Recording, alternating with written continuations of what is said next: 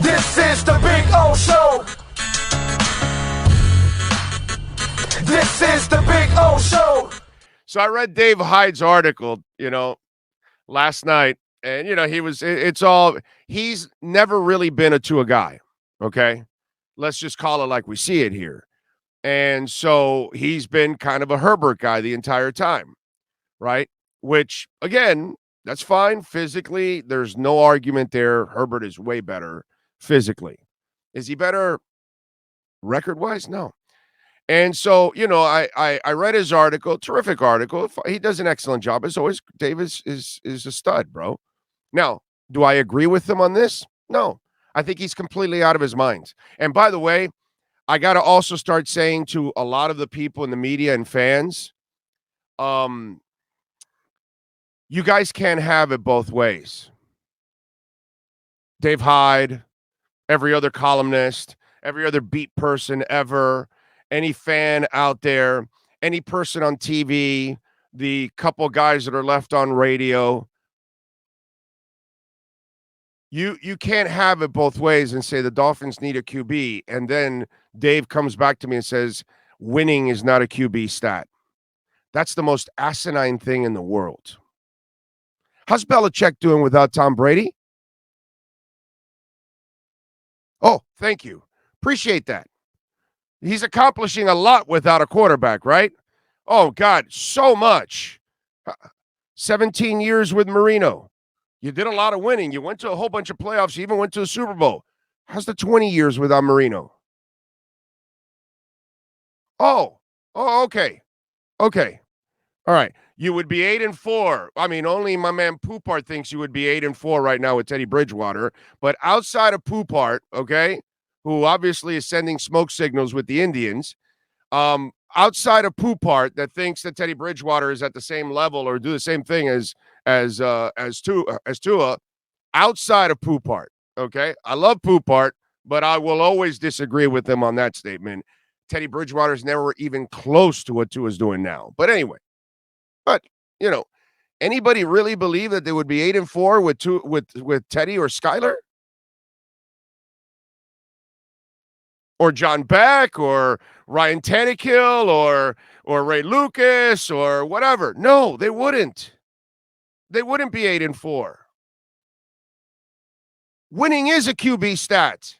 I don't care if you can't exactly figure it out, but you could look at Geno Smith's entire career and say, you can never win with that guy.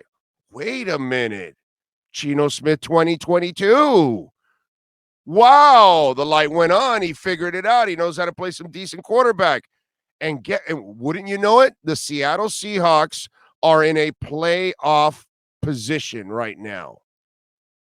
I wonder why. Could it be the quarterback? Could it be, ladies and gentlemen? Could it be the quarterback? How is quarterback not a winning stat? How is winning not a quarterback stat? You can't have it both ways. You can't keep saying, man, Jason Taylor, Zach Thomas, Sam Madison, Pat Surtain, Tim Boone. Wow, what a defense. Dude, if those guys had a quarterback. Oh, well, wait a minute. Hold on a second. Are you saying the quarterback makes the difference in winning? Because I saw Ryan Tannehill shit in his pants with the Bills and the Jets left on the schedule in the final 2 games of the year, and all you needed was to win one of those 2, and he didn't show up like he normally does. And for anybody that wants to bring out Ryan Tannehill winning in Tennessee, please learn the game of football. He's being carried by the running back, just like he played well 3 weeks ago, because he can have a game every once in a while, because I tell you all the time, an athlete can have a game. But a quarterback shows up every week on average. How is winning not a quarterback stat, dude? If you have a quarterback in the Ricky Williams years, if you have a quarterback with Jay Ajayi, instead of just showing up at the playoffs, maybe you get even farther. I mean, the few times they've gotten to the playoffs, you know it. You knew they had no shot. Why? Because they didn't have the quarterback, because they had a good enough team to get there. Are there aberrations? Of course there's aberrations. Like Peyton Manning couldn't throw for 10 yards, and that whole team carried him all the way to the Super Bowl. That's an aberration. That means it doesn't happen every year, just in case, if you don't know how to define the word. Aberration is like a rarity. It's not common. What's common is you have a quarterback, you win. These arguments aren't your freaking convenience. Writers, radio, TV, fans, you can't have it both ways. You cannot have it both ways.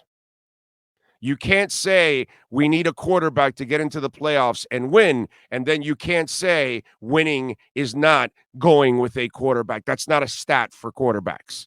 Meanwhile, Tua's 21-10 in the last 3 seasons. Name me another quarterback for the Miami Dolphins in the last 20 years that would be 21-10 under the same circumstances over the last 3 years. Don't ever tell me that winning and quarterback doesn't go hand in hand. Okay? It's pretty simple. You're a hypocrite. You can't say, oh, we need a quarterback. Man, if JT and Zach and Sam and Pat had a quarterback, they would have been in the playoffs. And then when you are winning, you can't, like now with Tua, you can't say, oh, no, winning is not, no, that has nothing to do. It's not a stat you attribute to the quarterback. No, yes, it is. Just ask Belichick. Just ask him what life is like without Tom Brady. Life with Marino for 17 years, life without Marino for 20 years. Don't tell me a quarterback doesn't make a difference. Don't tell me that winning has nothing to do with a quarterback. Winning has everything to do more often than not with your quarterback. Because if you don't have it, you don't win.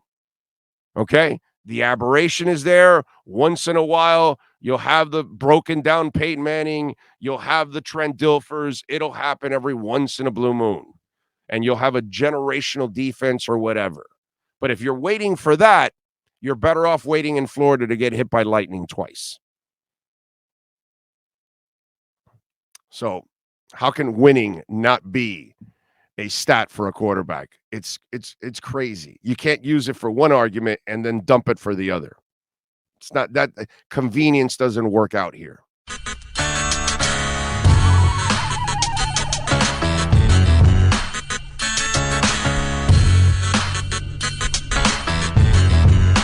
This is the Big O Show. This is the Big O Show.